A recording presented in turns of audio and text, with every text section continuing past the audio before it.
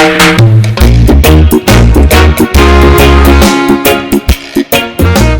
morning and welcome to our weekly town hall. I'm Brian Herrick, Director of Operations, and I have with me Michelle, Director of Kish Housing. Hi, Michelle. Hi, Brian. How you doing? I am super, Yeah. actually. Yeah. Good. I heard that the Halloween party last week was a pretty big success. Lots of fun to be had. Mm-hmm. Hope you made it out. If not, look forward to some of our future activities, events, and parties. Yes, definitely. We got some stuff coming up at Kish in November. Good. Holidays are coming. We got Turkey Day, and then shortly after that, Christmas. So look forward to some fun stuff coming your way, everybody. If you've never seen one of our town halls, the purpose of this is to communicate any changes, both to the outpatient center and Kish Housing, reiteration of any rules, give any updates, things of that nature. I would like to start us off with actually handing over to you, Michelle, for any Kish Housing updates. Okay, wonderful. Thank you, Brian. Hi, everybody. By now, you all should have had your carpeting cleaned if you have carpeting in your unit. I'm going to ask that you guys please keep shoes off of the carpeting to prevent those stains from rising back up too quickly. So just take your shoes off at the door. Wear socks or slippers or slides that you don't wear outside in your units right now. Let's just try to keep that as nice as possible for as long as possible. On Thursday this week, we're going to have a really, really important site visit. That's the last stage of our Ohio Recovery Housing Certification. So this is really exciting for us. On that day, which is Thursday, I'm going to reiterate that again. This is Thursday. The staff will be waking everybody up at 5 a.m. and I am expecting everyone to get up at 5 a.m. So make sure you prepare for that on Wednesday evening by going to bed earlier or, whatever you need to do to prepare yourself to be woke up at 5 a.m. on Thursday.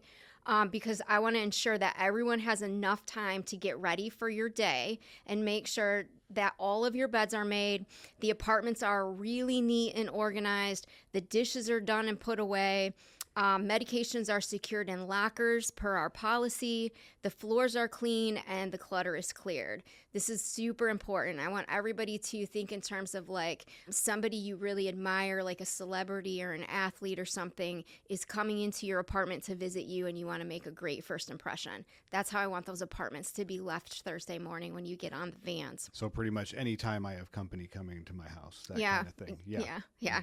Every person should be off of property that day by 8 o'clock. You all need to be in your cabs or on the vans by 8 o'clock because that's when staff is going to start going through to the units before the inspection to make sure that everything has been handled and taken care of. I want to talk to you about if you work night shift. If you work night shift Wednesday night and you will be sleeping at any time during the day on Thursday, I need you to let staff know that you're a person that's going to be sleeping and what time you're going to be sleeping so that I have a list and I know how to encounter those units with the site surveyors. So that's an update on the ORH certification. I want to switch gears now and talk about November activities. We're going to kick off the holiday season on Saturday the 13th with a holiday movie night in the community room. We're going to have popcorn and a hot chocolate bar for that movie. We're going to take some votes in the next week or so on what movie we're going to play, and that'll be a lot of fun. So make sure that you put that on your calendar. Not sure what date we're going to do this yet, so to be determined on that, but we're going to do a recovery trivia night. So we're going to get a bunch of people involved in getting us trivia information about recovery. We're going to set it up like a Family Feud style, and we're going to do a trivia night with prizes for the winners. We're going to have a Thanksgiving meal at Kish on Thanksgiving, so anybody who will be sharing the holiday with us at Kish, we're going to make sure that everybody gets fed a good meal that day. And then we will also have an Ohio State versus Michigan game day party that Saturday, and we'll have game day type of foods and beverages and chips and stuff like that. So pay attention. The monthly activities calendar will be posted in your buildings by Sunday. The last fire meeting of the season was on Saturday, the 1st. So we're going to be putting that fire ring away for the season, and we'll find other ways to socialize during the winter months using the community room. And the community room is open every day until 9 p.m. so that you guys can socialize in there, and so that you're not socializing in your units. If anyone has any ideas or activities, or would really like to help out with some of the activities that I just mentioned, please let me know. I'd love to have a little bit of help and some creativity with this. Based on some of the activities we did in October, I know that I have some residents that have a great imagination and some great creativity that could really help me out. Cherie. Otherwise, have a great week and make sure that your apartment has been deep cleaned and organized before Thursday. Great. Thanks. Can I participate in the recovery trivia? Yes, absolutely. All right. I'm a ringer. I'm gonna win it all. Okay. All right.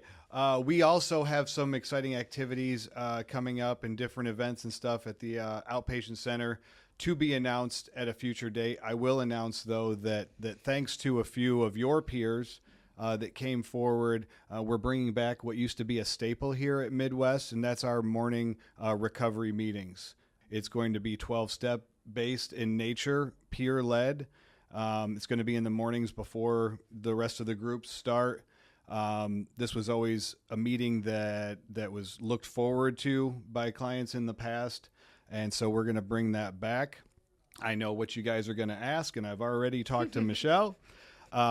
This falls under the Midwest activities part of your weekly meeting requirement, which is, Michelle, if you will refresh my memory and share with them. So for everybody at KISH, you have a 3 sober support activity requirement a week.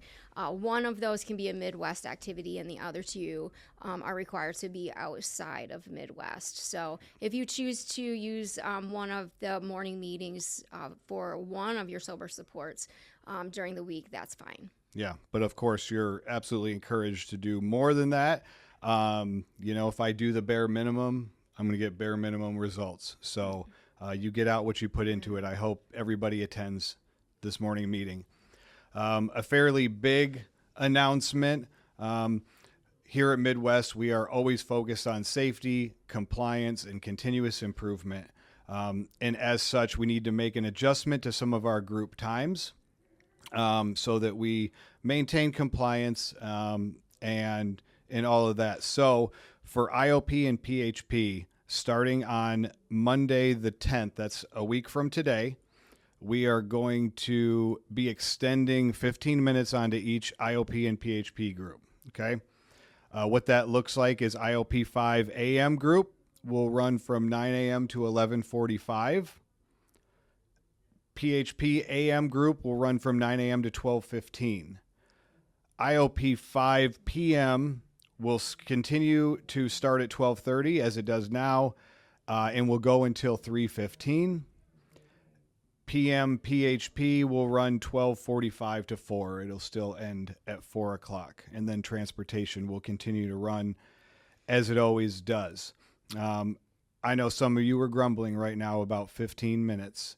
And I just want to say that 15 minutes compared to the rest of your life is not a lot. Along with the group time changes, anybody that works in the lunch going forward must be an IOP 5 a.m. To be able to get there on time to set up and serve. And setup will start at 11:45 and run throughout the duration of the break. Please plan accordingly. Do not be late to group. Do not leave group and go and socialize and do a bunch of other stuff and then say, I didn't get to lunch on time, and so that's why I'm late to group, okay? I want to talk about cleanliness real quick. Again, this is going to be a weekly topic. In particular, this week I want to focus on the client lounge and the coffee station. And please clean up after yourself. The trays go back to the kitchen after lunch. If you spill something, If you do not know where mop, broom, vacuum are, I can show you that. Please ask Paige at the front desk. Ultimately, what will happen is we will discontinue serving coffee in the morning if it continues to be the problem that it is.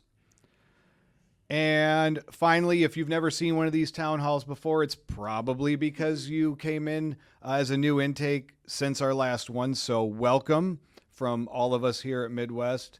We're glad that you're here. Just know that all new clients must attend a weekly lunch and learn, which is at noon in the New Perspectives room. And you will go over the ins and outs in kind of a fun way and learn what the expectations are, where you can find things, how you can communicate your needs, and that sort of thing. I have Gabriel L., James P., Rachel R., Victor E., Dennis M., Taryn J., Dwayne B., Levi L., Justin M., and Nicholas G. If I missed anybody that has come in since this last town hall, I apologize, but everyone that I named off, please attend the Lunch and Learn on Tuesday, tomorrow at noon. Okay? And then I like to do something every week where I do some shout outs and recognize some people who are accomplishing things, big or small, it doesn't matter. An accomplishment is an accomplishment, and we're proud of you. First and foremost, I want to give a shout out to James H. James H. helps out in the kitchen every day. He also helps out around the center here. He is the example of not only cleaning up after himself, but picking up the slack that others leave behind. Thank you, James. That's very great characteristics, and we're very proud of you. Deshaun has voluntarily started picking up trash and cigarette butts outside, also a pain point for me. So thank you, Deshaun, for doing that. And then I want to say Michael V. Every morning when I come in, I'm here very, very early every day. And as soon as Michael V gets here, he's just getting the coffee ready and cleaning up where it needs to be cleaned up. And he always has such a positive attitude in the morning. So thank you for that. And all the volunteers who work at helping keep this place and maintaining it cleanliness. So thank you. I also like to end these weekly town halls with a little bit of motivation, usually in the form of a story. I like this one this week. Okay. So, two men were traveling through India, a younger man and an older man, and they came upon a small village that had just erupted in chaos. As it were, a cobra had slithered into the town square and was terrifying the villagers, and they were scattering in fear. Instinctively, the younger man searched around frantically for a weapon or a tool or something heavy to kill the cobra and save the villagers. While he was scrambling, the older man calmly walked up, picked up a stick, pinned down the head of the cobra, and grabbed it by the tail. He carefully walked to the edge of the village, the cobra writhing and spitting venom and squirming the whole way. When he got to the edge of the village, the older man set down the cobra in some brush and let go and carefully backed away. The younger man ran up at that time with a shovel, and he was prepared to strike, but the snake was already gone. So they continued their journey, and they walked in silence for many miles, and then the younger man finally burst out, "Why didn't you kill that thing? It was dangerous. It could have hurt somebody." And it was obvious that the younger man had been thinking about the snake for the whole time that they had been walking. The old man smiled and says, "It's a cobra. It's doing what cobras do, and it keeps mice and rats from the villagers' grain stores." The younger man frowned and said, "But it's vile and vicious and dangerous. It deserves to die." The old man stopped walking and he turned around to the younger man and he said, "I set the snake down miles ago. Why are you still carrying it?" The moral that I took from that story is in recovery, we learn that peace doesn't come from destroying everything that frightens or angers us. It comes from releasing what we no longer need to carry. Not every threat needs to be conquered. Some only need to be understood and respected and let go. Holding on to resentment or fear poisons our own journey long after the danger is past. And as always, have a happy, safe, and sober week.